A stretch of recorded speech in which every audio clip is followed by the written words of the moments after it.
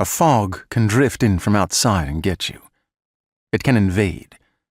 At the long high window of his library, an Ozymandian structure built from concrete chunks that had once in another age formed an entrance ramp to the Bayshore Freeway, Joseph Adams pondered, watched the fog, that of the Pacific.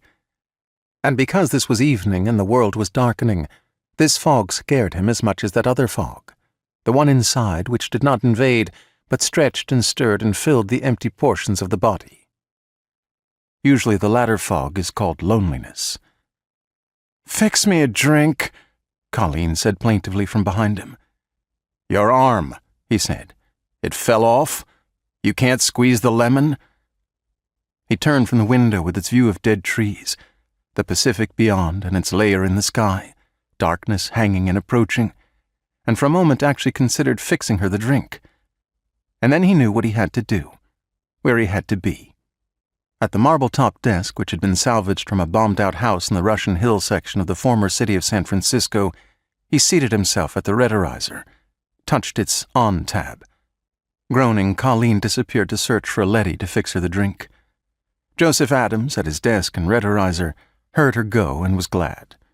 For some reason, but here he did not care to probe his own mind too deeply, he was lonelier with Colleen Hackett than without her. And anyhow, late on Sunday night, he fixed a dreadful drink. It was always too sweet, as if by mistake one of his leddies had dug up a bottle of Tokay, and he had used it, not dry vermouth, in the martinis. Ironically, left to themselves, the leddies never made that error. Was this an omen? Joe Adams wondered. Are they getting smarter than us? At the keyboard of the rederizer, he typed, carefully, the substantive he wanted. Squirrel.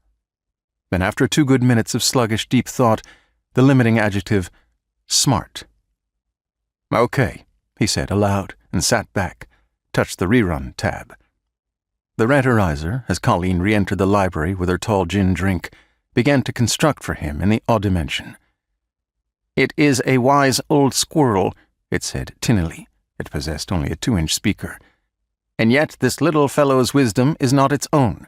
Nature has endowed it—" "Oh, God!" Joe Adams said savagely, and slapped off the sleek steel and plastic machine with all its many microcomponents. It became silent. He then noticed Colleen. "Sorry, but I'm tired. Why can't they, Brose or General Holt or Marshal Harazani, somebody in a position of responsibility, put Sunday night somewhere between Friday noon and—" "Dear," Colleen said and sighed. "I heard you type out only 2 semantic units. Give it more to Ogpon." "I'll give it plenty to Ogpon." He touched the No tab, typed a whole sentence, as Colleen stood behind him, sipping and watching. "Okay?" "I just can never tell about you," Colleen said, "if you passionately love your job or hate it." She read the sentence aloud. "The well-informed dead rat romped under the tongue-tied pink log." "Listen," he said grimly. "I want to see what the stupid assist that cost me 15,000 West End dollars is going to do with that. I'm serious. I'm waiting." He jabbed the rerun tab of the machine. "When's the speech due?" she asked. "Tomorrow." "Get up early." "Oh, no." He thought, I hate it even more when it's early. The rederizer, in its cricket's voice, intoned folksily. "We think of rats, of course, as our enemy. But consider their vast value to us in cancer research alone.